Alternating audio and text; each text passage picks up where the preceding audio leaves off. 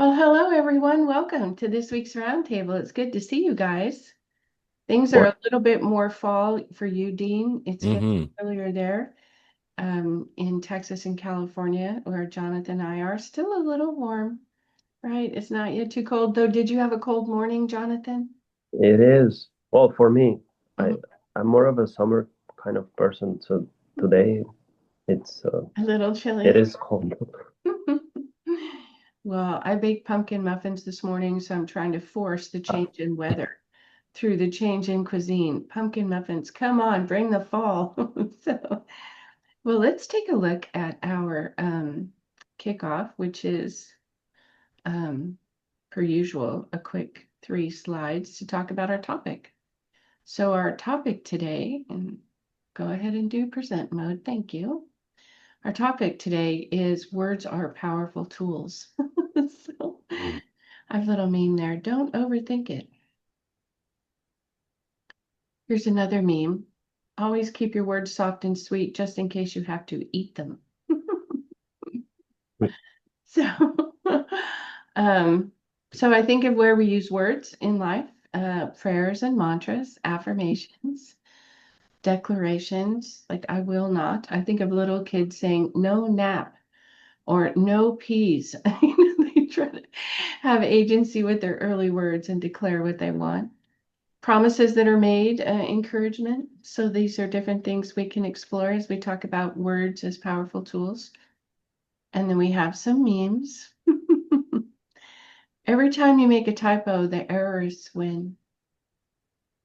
And I think that's a way to think about almost all my text messages. There's very nearly always a typo in them. People ask, do I really need Jesus to go to heaven? Bro, you need Jesus just to go to Walmart. So there's another use of words. And finally, am I a good mother, Susan? My name's Amy. So I'm going to go with no on that one. Maybe not. It's Amy, Mom. So I don't know if this happened to you guys growing up, but my mom, when she was angry and frustrated, would just say all the kids' words, names in a row. Myrna, Carol, Jenny, Tom. Myrna, Carol, Jenny, Tom. Like, I don't know which kid I'm yelling at, but I'll just yell at all of them in a group because I'm incensed about something. She would just say all the names. So, what do we think today about words as powerful tools? Any initial thoughts, Dean? Well, I think the first thing that comes to mind, and this wasn't on your list of ways we use words, Mhm. is stories. Oh, yeah. And I've been thinking a lot about in coaching practice Mhm. how much my role there is to be the person who tells the alternative story. Mm, And that I see so many people come to me with problems that they have constructed in one particular way in their mind. mhm, And they have assigned a particular meaning to some event. And so, I obviously I listen to them and part of my job then is to begin investigating why they chose that particular story to tell about the meaning of that event. And sometimes when you ask someone, well, how did you come to that particular story? They can't say because, of course, they came to it unconsciously, mhm, right? And it just occurs to me that so much of what good coaching is a sort of willingness to help someone dismantle an old story, an unconscious story, a story that's based on assumptions that may or may not be true, mhm, and begin kind of walking toward an alternative story that frees that person much more. And so, so for example, a couple of days ago, I was talking with a client who had an experience, that I obviously can't disclose, but he'd had a particular experience and was kind of down on himself about it because of what he assumed it meant. And I said, well, do you think there would be other ways to tell the story of what that meant? Mhm. And so a lot of our work is not just about individual words, but the relationships between those words that we tell ourselves, that combine to create a story that describes the meaning of something. Mhm. And I think the principle is often that people tell a story to themselves. They use words, maybe even particular words Mhm. that for them have a negative connotation, Mhm. because they are caught in some kind of unconscious desire to punish themselves, or that they have some other unconscious motivation to lose. Mhm. Um, Lots of people I notice kind of have that, like there's some payoff to losing in life Mhm. that they're unaware of, and but they tell a story that kind of justifies that. And so part of the coach's job in a way is to increase the client's vocabulary so that new stories are possible. And so I just find that I do a lot of work, not necessarily at the word level, but at the story level where all those words are coming together. And sometimes it is just a matter of applying new words that have like a deeper or more positive connotation to the story we're telling about an experiment, to make that story something that's actually uplifting and encouraging to the client versus something that the client has to carry around in a negative way. Yeah, I think that's so helpful. I think coaches reframe and restate, Hmm. And I know, Jonathan, I want to talk with you about this too, particularly in the area of self-confidence. We're going to promote your micro challenge in our notes here. But I had a client recently say, I have trouble getting hired with a job and I can't seem to date anyone. And I just said, well, let's look at the facts and evidence. You were offered 4 jobs last month, and you just broke up with a woman who wanted to invite you away to a beach weekend. So I don't know what you're thinking, but your words are saying one thing, the facts and evidence say something else. But Hmm. we can be blinded by the stories, as you say, we tell ourselves. Any thoughts, Jonathan? Talking about words, Dean here is one of the most articulated humans that I've ever met. Uh, I agree. putting, Those writers, they get there with the word. yeah, putting that aside, I see words as programming. So Mhm. even if you do not know computers, there's a part of you that understands that when you were born, you knew nothing, and then all of a sudden, you start speaking. Where did that came from? It was your grandma, your uncles, your cousins, your brothers, your sisters. It was a amalgamation of words that you learned from somewhere. Let's say, for example, if a Chinese kid is born in Mexico and it grows up with a Mexican family, not because he's Chinese, he's magically going to speak Chinese, he's going to speak Spanish because of the programming.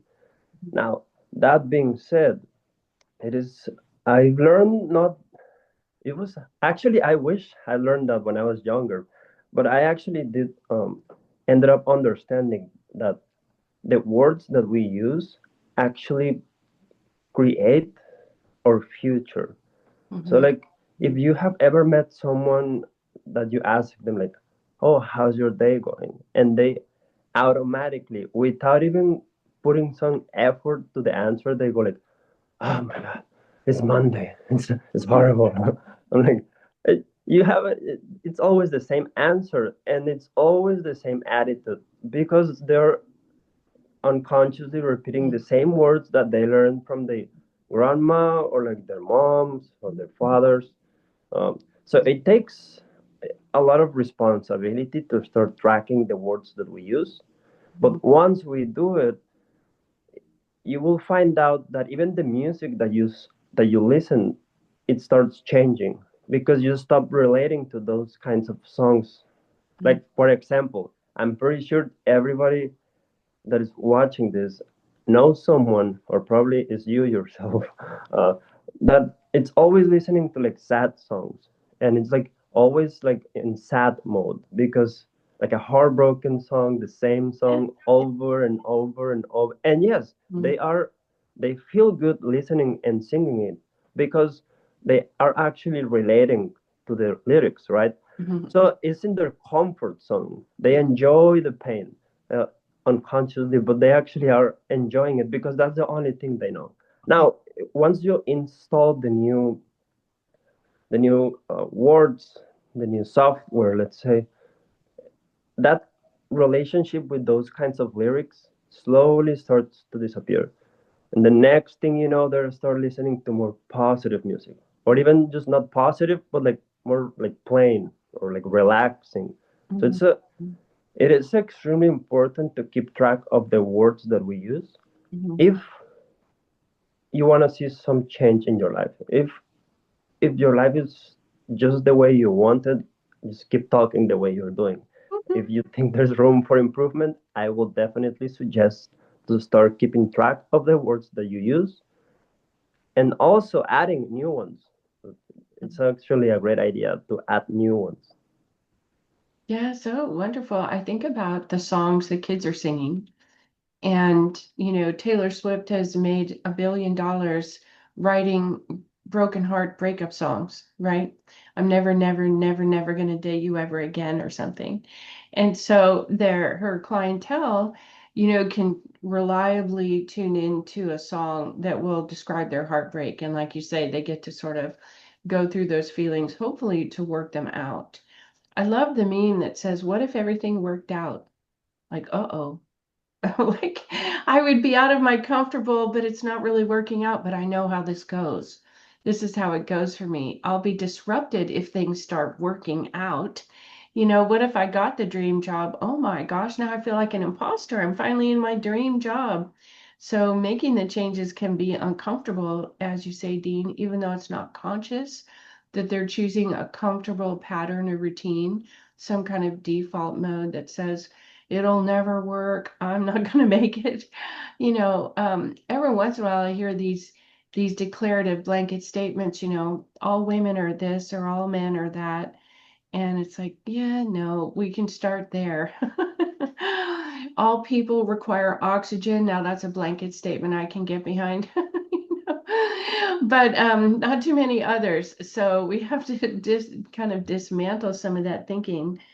Um, there's also that famous quote, and I don't know, it's been repeated by so many people how you would do the archaeology to get to who said it first. But if you say I can, or you say I can't, you're right. Like if you put a barrier in front of yourself, I can't do that. You installed the barrier. I can't do that. Now it might be true you can't leap tall buildings in a single bound, or it might be that you're just in your own way. I can't ask for a raise, or I can't ask that person out. But if you say you can, you're giving yourself permission. So, Dean, as you say, kind of reframing, what if you gave yourself permission to try? Even if you failed, what if you gave yourself permission to try? I love, Jonathan, in your micro challenge where you talk about, listen, go ahead and take the chance. It won't hurt anybody. Like you'll survive it. Offer a compliment. Ask the person out that you've been wanting to ask out. Nobody will get hurt. Just go ahead and take the chance. So I think there's some courage in confronting, oh, these are the habitual things I'm saying that have become invisible to me. But now that I'm working with a coach or someone sort of examining, why do you say you can't? Mhm. Oh, well, um, I know there are a lot of money coaches who say, tell me what your parents said about money. Money doesn't grow on trees. Don't throw away your money. Mhm. Don't, and it just right off the top of their head, this is what my parents said about money. And it's kind of programming, as you say, Jonathan. And until you ask the question and they look, they don't even know that stuff's going on in there, right? It's just their point of view. Okay, so there's a song. I think maybe we could talk about songs too, as people sing the lyrics over and over again. I don't ever sing the lyrics about bad bitches and getting my bag. I never do that. Who knows? You might get a cash flow going. That's right. I might hang with some bad bitches and get my bag. But it's not really my flavor. And if you need like a fight song or something, go find some music that'll get the adrenaline flowing or have you imagine possibilities you're not imagining for yourself. But it is programming. It is programming. And I remember being in church the first time I heard Gloria in Excelsis Deo. I always say that wrong, I think. I don't know Latin. But there's a stanza that says, Angels we have heard on high, sweetly singing o'er the plains, and the mountains in reply echoing the joyous strains. And I remember sitting in the pew and thinking, I might have been 7 or 8, I could hear angels singing and I could hear mountains reply. I totally want that. It was like, wait, that happens for people. Does that happen for people or is it just nice? Now I'm not even singing anymore. My mind is like, could that happen for me? I want to hear the mountains reply. So I think looking at the music that you sing to yourself or tune into is consciously or unconsciously engagement in programming. Any thoughts about how people might switch that up or begin to notice, oh, I only sing breakup songs and now I wonder why I don't have a good boyfriend. Are you asking me? No, just anybody. Well, I'll say a couple of things that I've thought of as we have been talking. It's interesting. The Greek word, or at least the Koine Greek word for word, it was logos, Hmm. from which we get our English word logic or logical. Hmm. And I think lots of people have talked about logos using that word kind of for the ordering, structuring principle of reality. Hmm. And it is interesting to think about. I think most people have a conception of what it means to be a person where we kind of think of ourselves as this little person inside our bodies and who uses language to express itself to others. But in fact, it is more likely that the language that we use is part of our self-structuring process. It's actually the tool with which we make ourselves, and that we exist inside of language in a way that we don't normally conceive of when we think of it only as a tool for external use. Because when you think about it, it becomes more obvious, I think, because if you are a person with an internal monologue, right? Your process of thought is a process of building yourself and knowing yourself by bringing impulses, impressions, and feelings from a state of wordlessness Hmm. to consciousness. And by consciousness, we mean the ability to say what it is. Hmm. And so, this process of naming those parts of ourselves which have heretofore been unnamed Hmm. is, in fact, how we develop, right? It is a process of naming. And so, like, when you start to talk about language, I just think, or programming, I do think one of the struggles for many people is simply that their vocabulary is too small to capture all of the inner dynamics they're working through. So I think that makes that I think we can make that more clear too when we just think about, have you ever seen one of those little pieces of paper with all the faces on it and all the feeling words? I remember Right. So this is my a son way of in first this is grade. a way of increasing a person's um, emotional articulateness. Hmm. Hmm. And and a person who has 1,000 words to describe how he's feeling or what he's experiencing has so much more power than a person who only has good or bad. And and so I just think there is something to be said for just increasing your vocabulary as a way of becoming able to deal with realities that exist inside you and outside of you and to bring structure to those. The other day I was listening to an audiobook, and it was an audiobook by a Jungian analyst named James Hollis, and he draws a lot on literature. And I was driving and listening, and I missed the name of an author he was quoting. But I tuned back in, and he was reading a poem, and I thought, that is an incredible use of language. I was really blown away by how amazing the language usage was. And and it was obviously archaic. It wasn't modern English. Mhm. And I started to think of all the, older English poets I could think of. And I was like, who in the world could have written this? I've never heard this before. It was Shakespeare. Yeah. And I think this is like an experience that, like, when you have a truly great poet like Shakespeare or Mhm. uh, Gerard Manley Hopkins, for example, part of what's happening there is that they do have a sort of elevating effect. That not necessarily that they make you good, but they make the good possible for you in Mhm. a new way because they're exposing you to a another level of articulateness. Mhm. And remember, articulation kind of means the ability to maneuver. Mhm. Like, I remember when I was a kid, they would sell you action figures, and you always wanted the ones whose limbs were articulate because you could move them, right? Mhm. And so to increase your level of articulateness is a way of increasing the skillfulness with which you can move Mhm.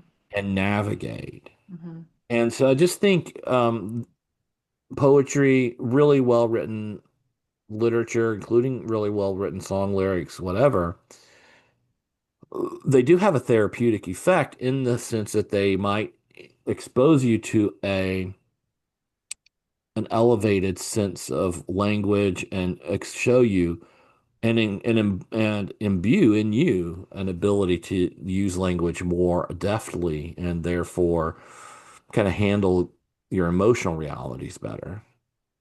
I'm going to encourage the two of you to talk about self-talk and how you choose words for that while I find out who's knocking at my door.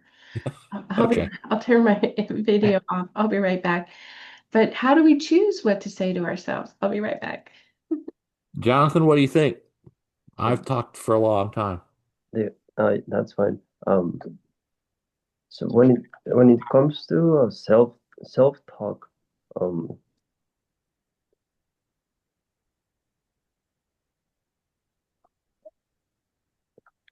the moment that I've noticed, the moment that you introduce somebody else or like yourself to a new set of set of words, it's a very uncomfortable feeling. Mm, mm, Um, it's not easy to digest at first. So let's say, for example, um, she was talking about how to keep like track of stuff. I think it's very hard to keep track of every single word that we use. mhm, So it's easier to keep tracks of the feelings. So mhm, whenever somebody's feeling like down or sad, that is a great time to like write, or for somebody that likes to write stuff down, or even if you don't, to write what actually you're thinking, your thoughts when mm, you're feeling down. And most times you will find out that when you're actually writing down the way you're feeling, the words are going to be somehow very, very similar. Like mm, there are going to be a lot of similarities. The thoughts are going to be very, very similar. Now, to change those into positive, it sounds great in theory, but on practice, like in actual practice, is going to be a very uncomfortable feeling. mm, Like for somebody that is used to being like, oh, I suck at this, or like I'm too bad at that stuff, and then all of the sudden being like, I am the greatest on the planet. It's it can be too much. So I think changing or introducing new words, you don't have to go that extreme to be like from I suck to be like I am the greatest ever. But you can introduce like, oh, I am learning, instead of like I suck, I am learning, or I am getting better and better at. And then from there, progressively, you can start Hmm. introducing like more hardcore versions of the word that is going to take you to the next place. Right. So yeah, I think that it's all about keeping track of how you feel, and Hmm. then having the courage, because it's about, like I said, is, and probably it's not comfortable to switch your vocabulary because you're used to it. It's very comfortable. You don't have Hmm. to like actually think, because the words that you already know, they are already in your system. So you don't actually have to think much. But when you introduce the new ones, they're going to shake your actual reality. Because at the end of the day, pretty much all hypnosis is self hypnosis. It's like, what do we say to ourselves? And then it comes out. And then that's the way everybody else is going to react or interact with you. So keeping track of the words that we use, introducing new ones, it's a great idea in my opinion. Hmm. Hmm. I think sometimes people, thanks for your patience with me. A neighborhood kid is selling raffle tickets and was not going to stop knocking on the door until I answered it. So good for him. Hmm. But um, we sometimes think that if we chastise ourselves, we're trying to be better people.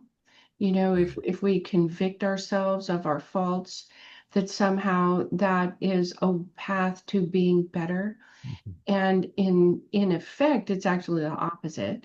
You can hold yourself to account, but condemning yourself, you know, almost cursing yourself. Sometimes you say, never talk to yourself, you know, in a way that you wouldn't talk to someone else. Would you say these things to someone else? A good person wouldn't do that. So be a good person to yourself. Yeah. Admit if you have faults or something you want to change, but don't condemn and curse yourself over and over again. It's a way to stay stuck while you're trying to be a good person. So I think untangling that is part of what we do in coaching. And I love that you said, just as I was sitting back down, that you don't necessarily try to do a moonshot every day. You can take small steps, Yeah. you know, and then more small steps and build on those wins. And then be able to look back and go, I'm making some progress. I'm going to keep going. And also, you just reminded me of something very important. It's about how, regardless of the religion, but most of them, even the Buddhists, like all of them, they have this element of like me, like I did something wrong, therefore I deserve some kind of punishment That's magic, right. you know.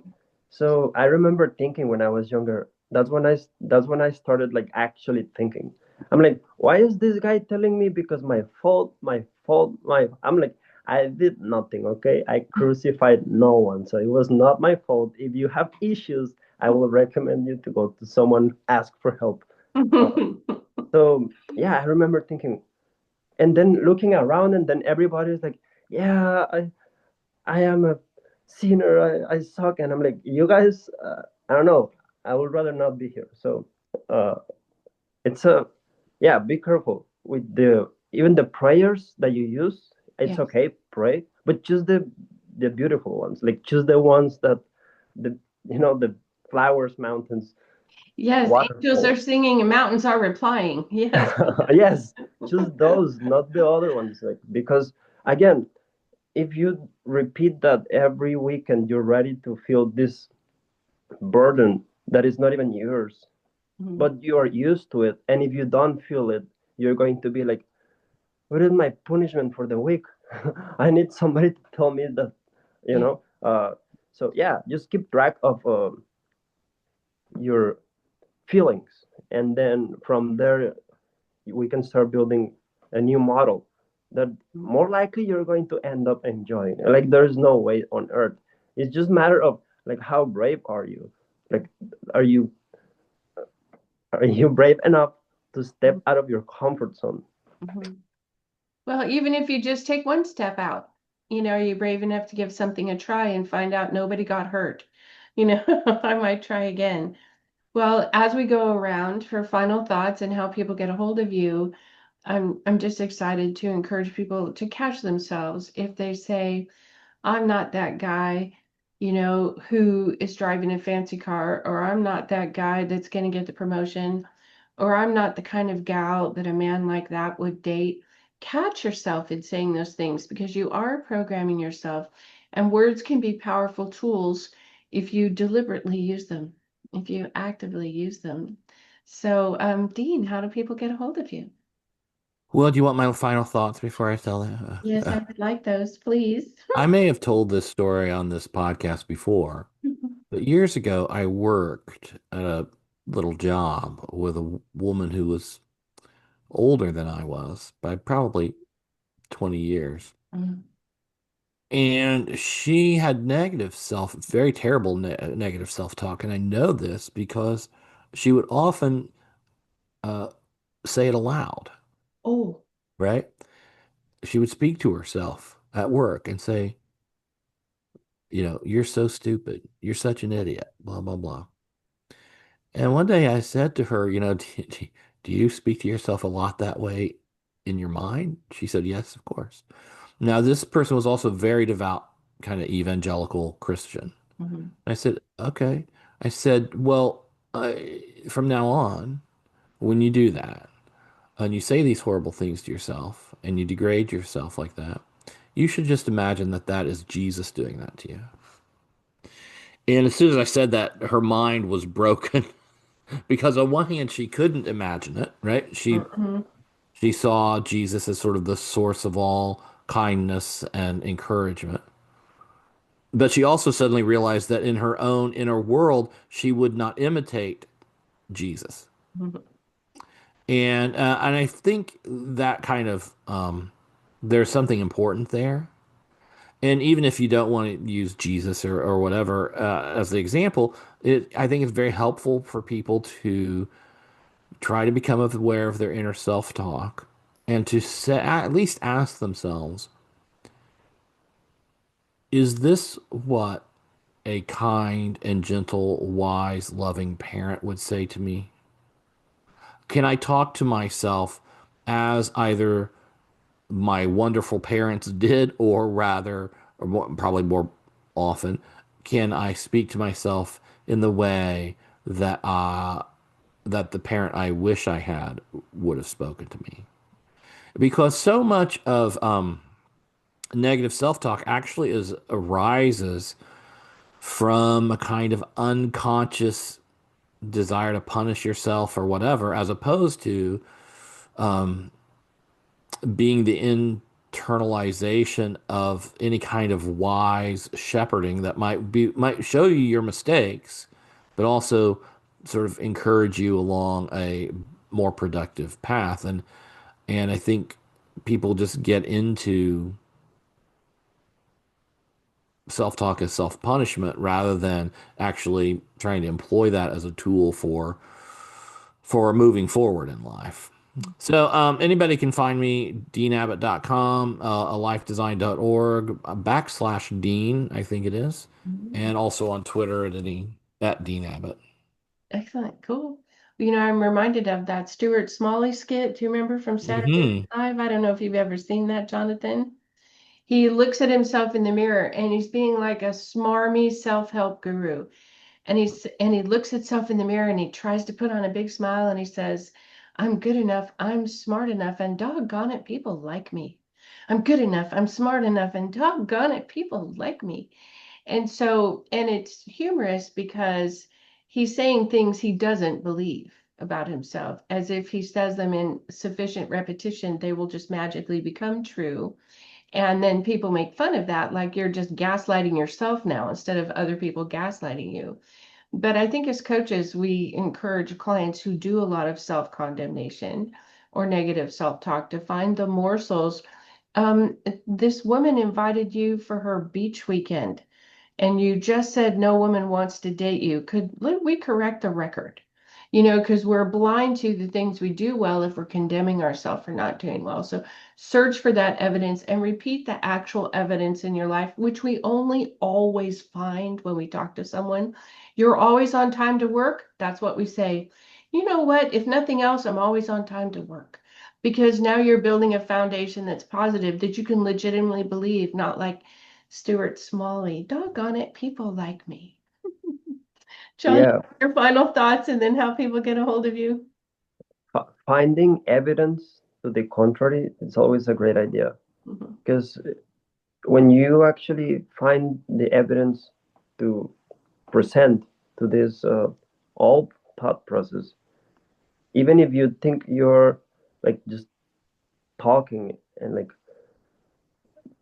faking it until you make it kind of thing, but then you actually find this new piece of evidence that is like it's so huge. So the older version of yourself becomes so like petite compared to like this new evidence that is telling you like, hey, Mhm. I can, for example, um, for somebody that this is more like a relatable example. Let's say somebody that is always talking to themselves like, oh, uh, I am so unattractive. Uh, I cannot approach a woman on the street because she's going to think that I want to like do something to her, and she's going to slap me and call uh, 911. So, and then you work with them, and next thing you know, they do the approach on the street, and then they experience that they did not got slapped. Nothing actually No happened. They police were ended up with a contacted. phone number or an Instagram account, and that is a great huge step, because they went from like being all traumatized and living in a bubble to now being like, oh, now I can do this, and then the options open up. Like it is a different universe, because now they can do that anywhere they are, like at the store, Target, in the street, in the crosswalk, the coffee shop, anywhere. Or like also keeping, when it comes to like keeping track, sometimes when you ask someone, where did you learn that, where did you learn that you actually suck, or like that you were not attractive, or that you were actually useless, sometimes their memories are so blocked that they will tell you, I don't know, that's just me, that's just how I am. So then the beautiful thing about having like a session like privately with someone is that I can take them back to see like, because I never trust the first answer somebody gives me, because I know there's many layers, right? So then somebody tells me like, I don't know, that's just me. I'm like, well, yeah, it is you, of course, but like let's go deeper. So for example, I remember one time there's this beautiful young woman that she didn't understand exactly some things. We went back, and it was actually something that her father said and did to her when she was like a baby. So, and then from there, like it's easy to become brave, because then you're experiencing what happened to you from a perspective of an adult, and you're like, oh, so this is what you guys did.